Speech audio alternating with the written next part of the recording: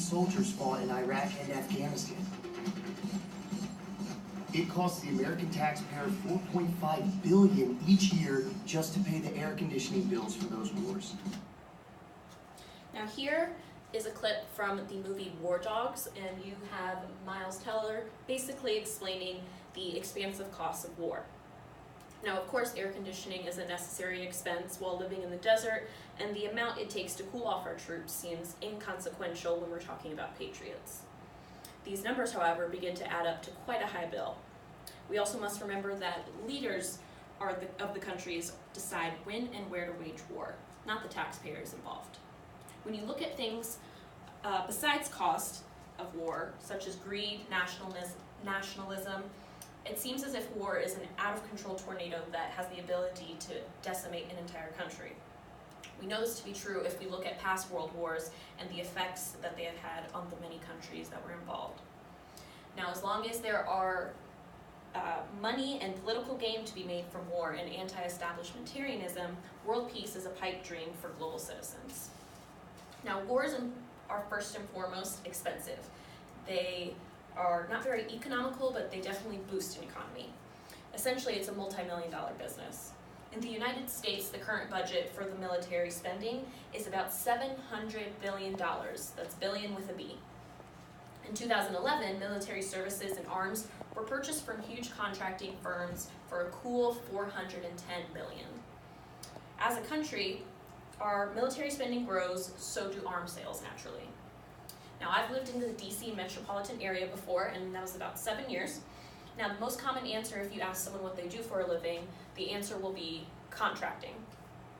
Contractors such as Boeing, Lockheed Martin, and General Dynamics, and others are some of the biggest contractors in the game. Lockheed Martin, for example, in 2011, reached $36.3 billion in profits. Of those profits, 78% were arms sales. Now, of course, this number doesn't include commercial profits, but you can imagine that is still quite a high number. However, profits are just a portion of what is to gain when war is waged. Now, if you are familiar with our current political climate, you are probably aware that the United States' involvement in foreign conflict is decreasing. In the past, when countries overseas are aiming to overthrow their own oppressive regimes, the United States has stepped in. As a matter of fact, this has also created increased tensions in the countries that they intervened in. For example, nationalists in countries aim their anger towards foreign interference and would attempt to drive them out with things like embassy bombings, car bombings, and violent acts of that nature.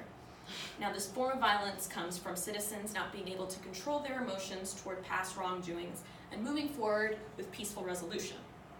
It's difficult to imagine this changing because no one is perfect. Humans are not able to control their emotions at all times.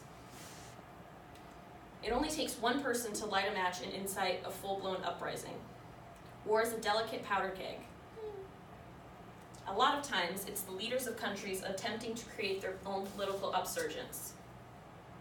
Anyone in the world is probably familiar with the most famous political leader who attempted to gain political, racial, socioeconomic superiority, and that person is Adolf Hitler.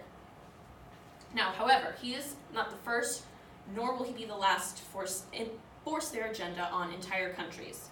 However, he is not the only one to ever attempt to do this in the past, present, or future.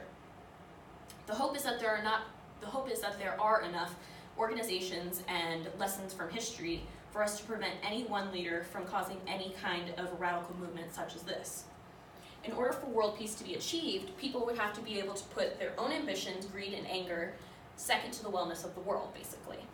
In an article from Psychology Today, the author describes this idea as such. If you buy the principle that individual human revolution is the real solution, then literally some billions of people would need to actively embrace the notion devoting themselves to continual self-reformation. Of course, this is a well enough idea. In the words of Mahatma Gandhi, be the change that you wish to see in the world. It starts at a personal level, the man in the mirror, if you will. The issue is that, again, it only takes one person to ruin it for everybody. When leaders begin to get power hungry, their agendas become tunnel visions. Some leaders are so charismatic that they can convince a nation of their radical beliefs. Others only need a powerful backer and their plans are in progress. Now, it's a terrifying idea when we look back at it, because if there's one thing we can count on, it's history repeats itself. So sure, world peace is a fantastic idea. No one would say that they don't want world peace. However, in the grander scheme of things, it is not possible unless the world and human nature were to change fundamentally. Greed, ambition, and anger would have to be obsolete emotions, money to be made in a part of the greed as well as the ambition. The thirst for power is intoxicating. Anger can cause a person to do dangerous and stupid things.